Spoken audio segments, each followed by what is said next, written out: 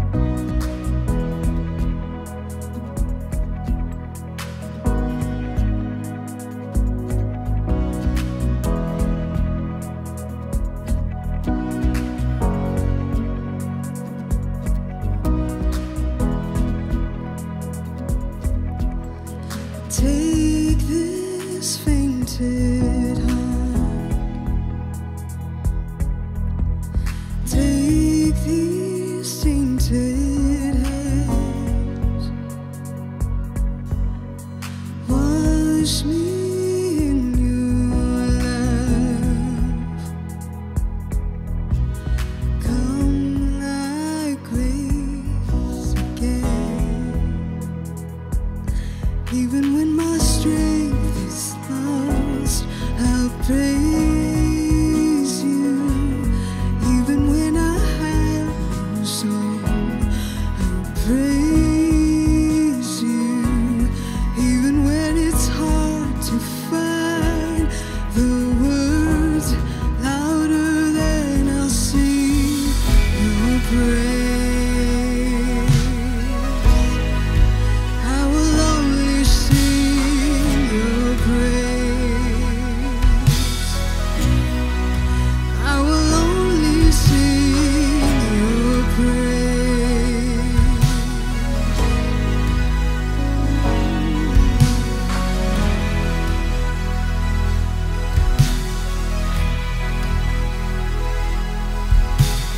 Take this mountain weight. Take these ocean tears. Hold me through the trial. Come like hope again. Even when my strength is lost, I'll praise you. Even when I have no song, I'll praise you. Even when it's hard to find the words louder than I'll sing your praise. I will only sing your praise. I will only sing your praise. I will only sing your praise.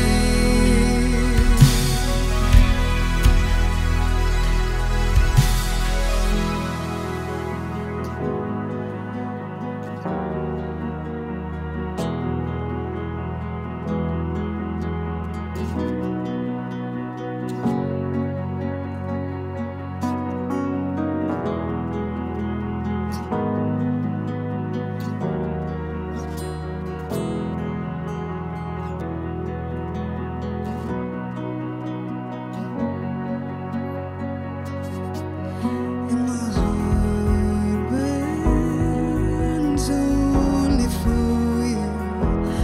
You are all,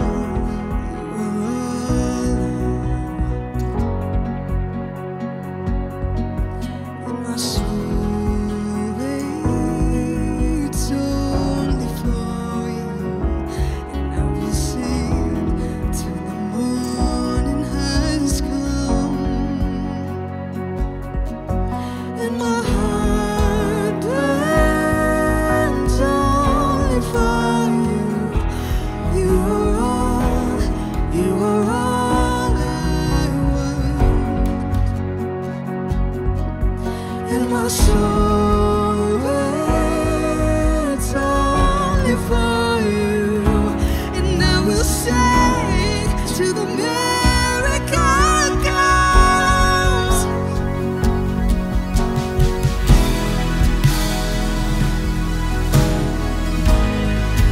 I will only sing your praise, oh God. I will only sing your praise.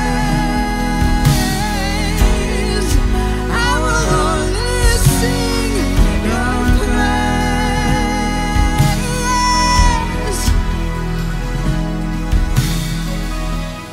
When it comes, I'll praise you.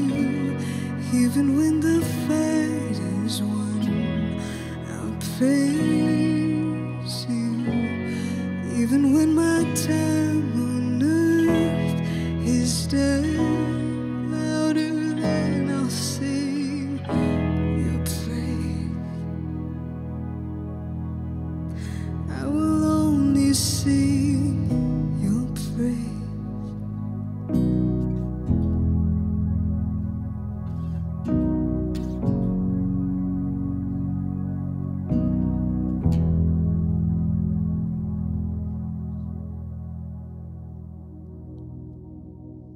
Amen. Amen. Hey, we're going to take a quick 3-minute intermission, give you a chance to stretch your legs, grab some coffee. And while you do that, we're getting ready for school to start back. So drop down in the comments and let us know.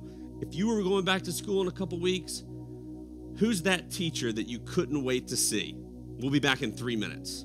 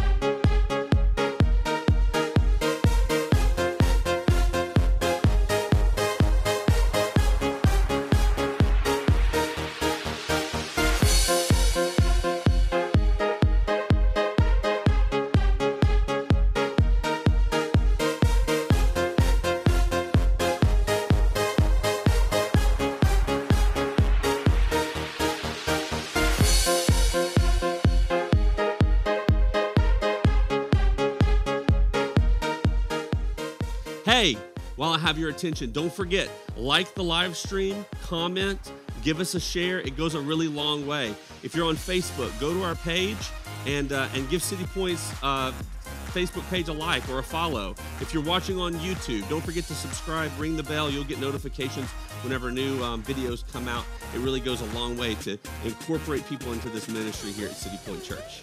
See you in a bit.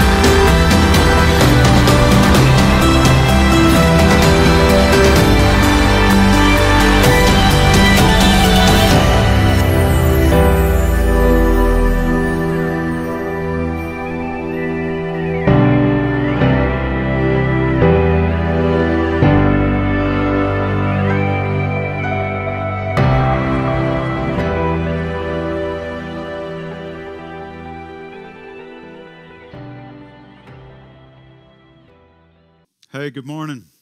Well, it happened again this week, just a couple of days ago. Got a call from a dear friend. They said, I didn't know how much I missed church. They went on. I've done and said things that aren't even me. They said, I really need to be around my church family.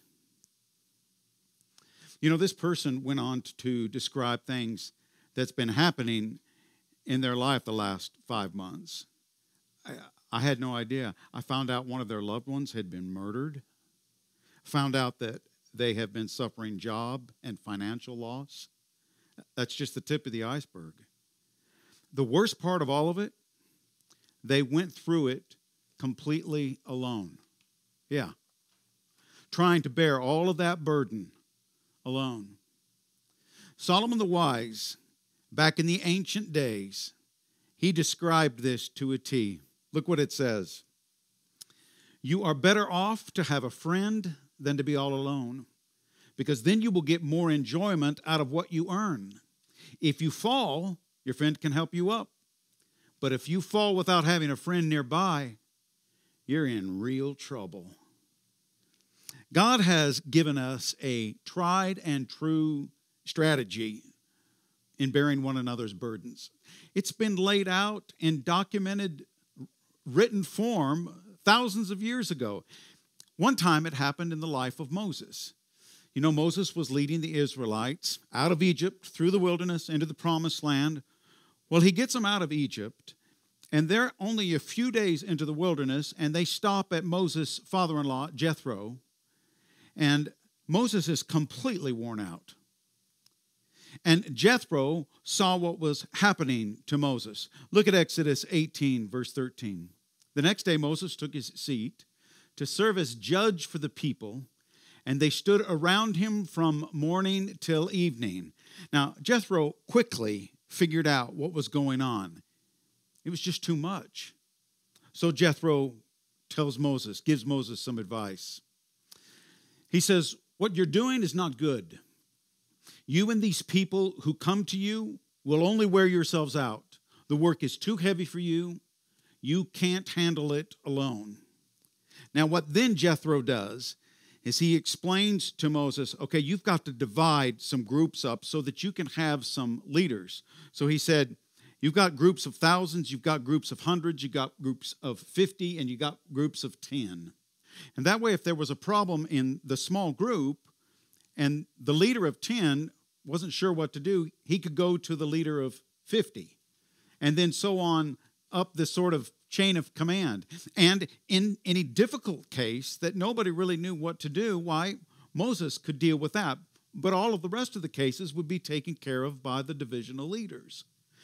The burden was too great for Moses to do all by himself. Jethro understood God's strategy for bearing burdens. It's the small group. That's where we best bear one another's burdens. Well, that kind of gets us going. That's our direction. But what does it mean to bear each other's burdens? Look at what this witness of Jesus answered.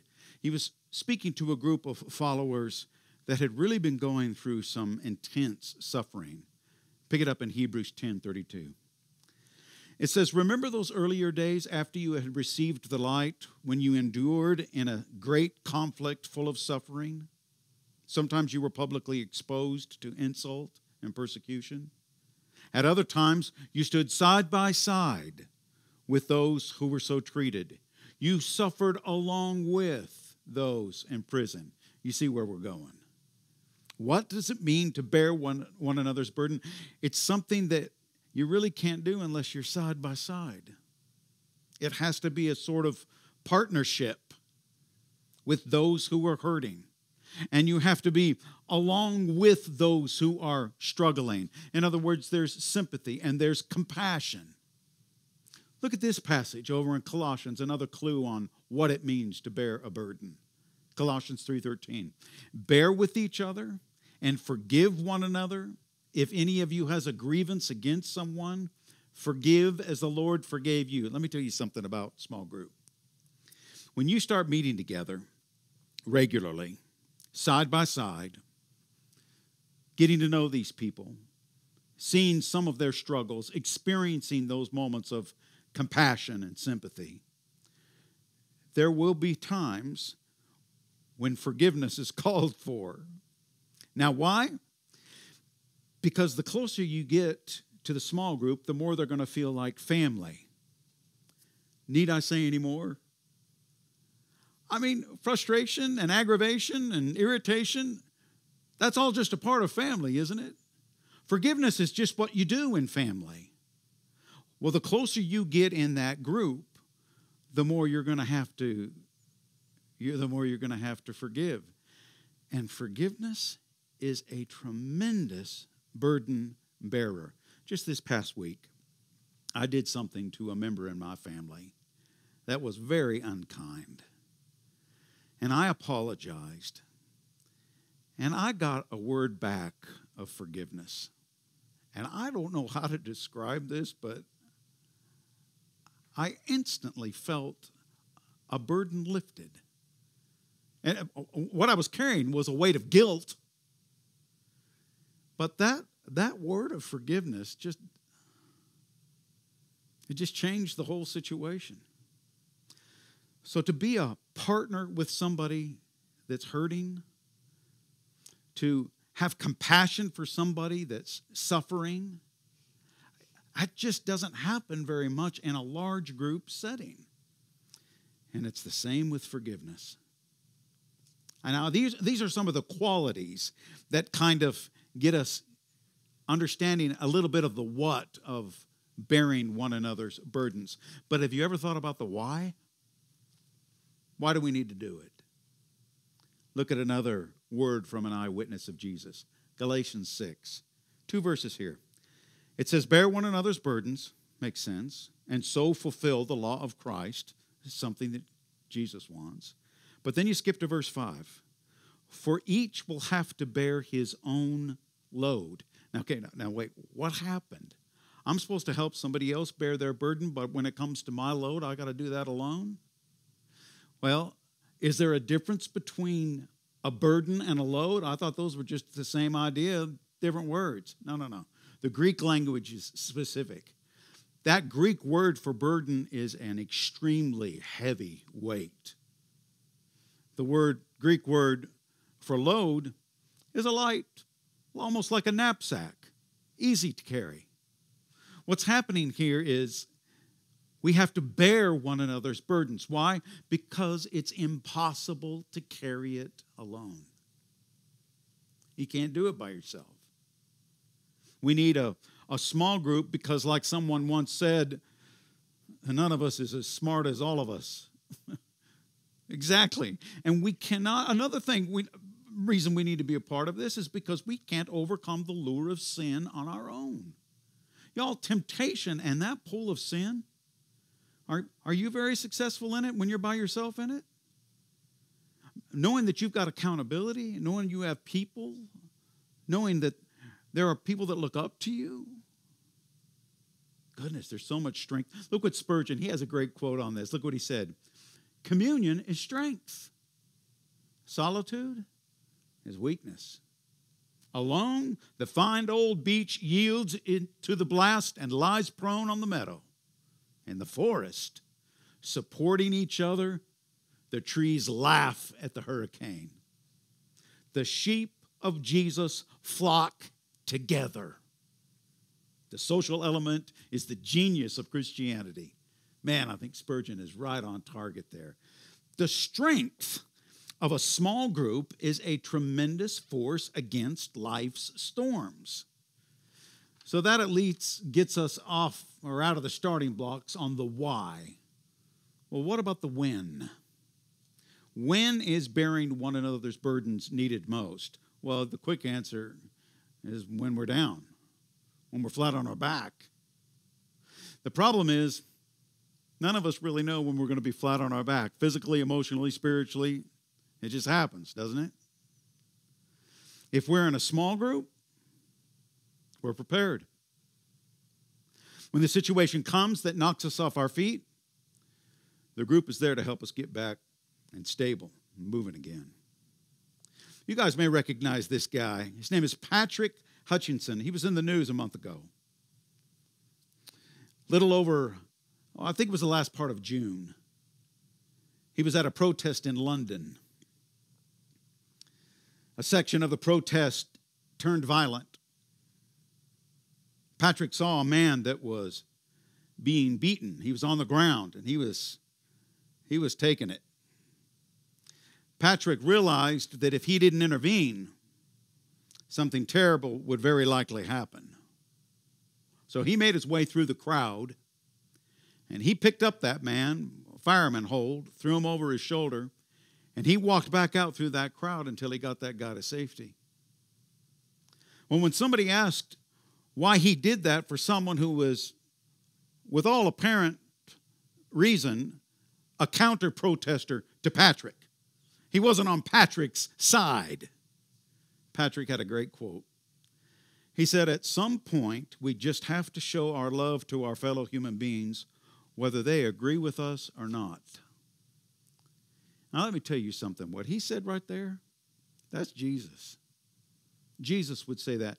Jesus said, people are going to know that you are one of mine, that you belong to me, that you follow me by the way you love one another. It'll be a mark of distinction. That love that transcends everything. You guys, a small group looking to Christ as the leader cuts right through man-made differences and man-made opinion and man-made philosophies. It does what's necessary to keep each other safe, even in differences. Now, because we don't know when we're going to get knocked down, the small group is poised and ready. And when it happens, there they are, flying into action, there to help us out when we need it. What does this sound like to you? 8:45 a.m., Tuesday, September 11th, 2001.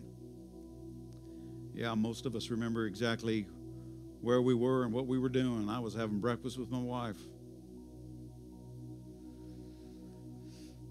On that morning, John Abruzzo was at work on the 69th floor of the South Tower of the World Trade Center. That's when the first hijacked plane hit the North Tower. Seeing the flames and debris out their windows while people were scrambling to evacuate. Now, everyone was getting away except John. Why? Because 17 years earlier, in a diving accident, he was rendered a quadriplegic. It was impossible for him to make it down those 69 flights of stairs. But 8 men and 1 woman carried him. And it wasn't an easy trip. When they started, they were just a few stories down, and that was when their South Tower was hit by the other hijacked plane. The stairwell was soon filled with smoke and even more panic. It took them an hour to get to the 20th floor. And that was when the roar of the North Tower collapsing was heard. The lights in their stairwell went out, and they continued their descent in darkness. When they finally reached the lobby, it looked like a war zone. Broken windows, smoke, doors not on the hinges, furniture overturned, and there were no people. So odd. They made their way out the door, and a fireman spotted them. And he urged them excitedly and said, "Run for your life." And so after 10 minutes of moving as fast as they could, they made it to a high school 3 blocks away when the South Tower collapsed. Sometime later, John was reflecting back, still overwhelmed with what his friends did. He said, "I still don't know what to say. How do you say thank you enough?" It's the power and beauty of the small group. So, when is bearing one another's burdens needed most? When you're down. When you're down. All right, we've looked at the where and the what and the why and the when of bearing one another's burdens. But I've left the best part till now. Who best bears burdens? Now, you know, the small group, there's nothing like it on earth. It will be a tremendous assistance, but it won't completely lift those burdens off. Oh, no. They'll help you carry them, but they can't remove them. A Christ-centered small group can point us in the direction of the great burden bearer, but we have to lay our burdens at his feet to find the ultimate freedom from everything that we're carrying, the freedom from everything that burdens us. Who is best at bearing our burdens? You already know. It's only Jesus. Only Jesus. Earth has no sorrow that heaven can't heal.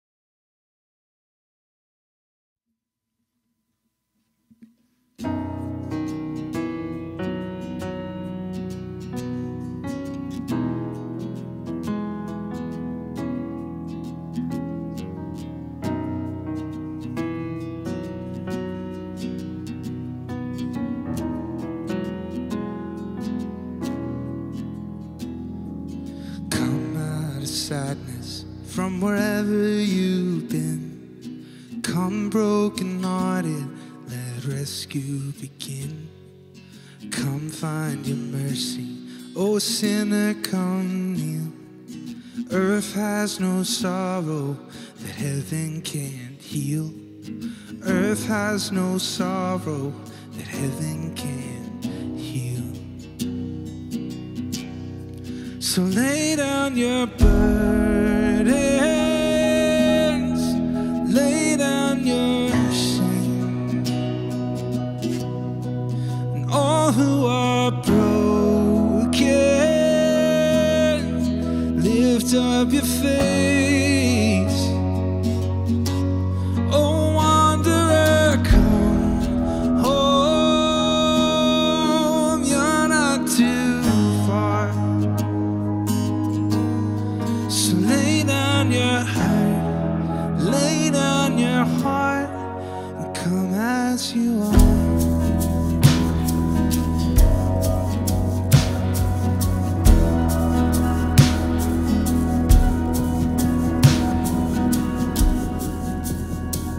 There's hope for the hopeless and all those who stray.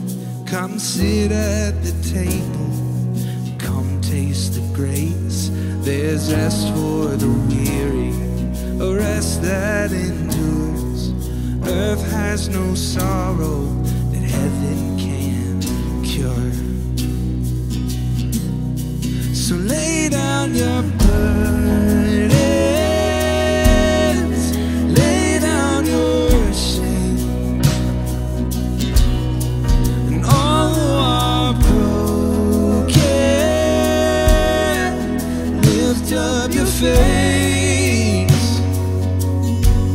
Oh, wanderer, come home, you're not too far. So lay down your heart, lay down your heart, and come as you are.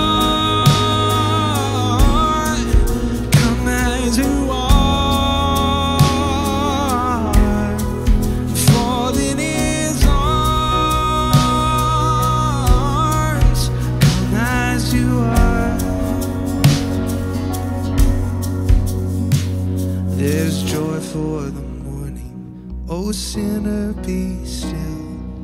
Earth has no sorrow that heaven can't heal. Earth has no sorrow that heaven can't heal. So lay down your burdens, lay down your shame, and all who are broken, lift up your face. So wanderer, come home, you're not too far. So lay down your heart, lay down your heart, come as you are, come as you are, come as you are.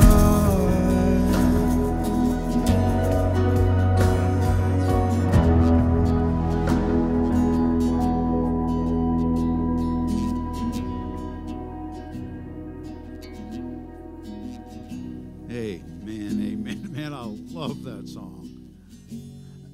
Jesus did not want there to be any ambiguity about where we are to take our burdens. He made it really clear. Look what it says. Come to me, Jesus says. Come to me, all of you who are tired from the heavy burden you've been forced to carry. I'll give you rest. Accept my teaching. Learn from me. I'm gentle and humble in spirit, and you'll be able to get some rest. Yes, the teaching that I ask you to accept is easy. The load I give you to carry is light. You all, a small group can be an amazing support and guide in helping us learn how to give our burdens to Jesus. Make a resolve right now that you are going to join a small group soon. Keep checking the website. They're ever changing this month, and many of them are going to start next month. All right, y'all. Have a great week.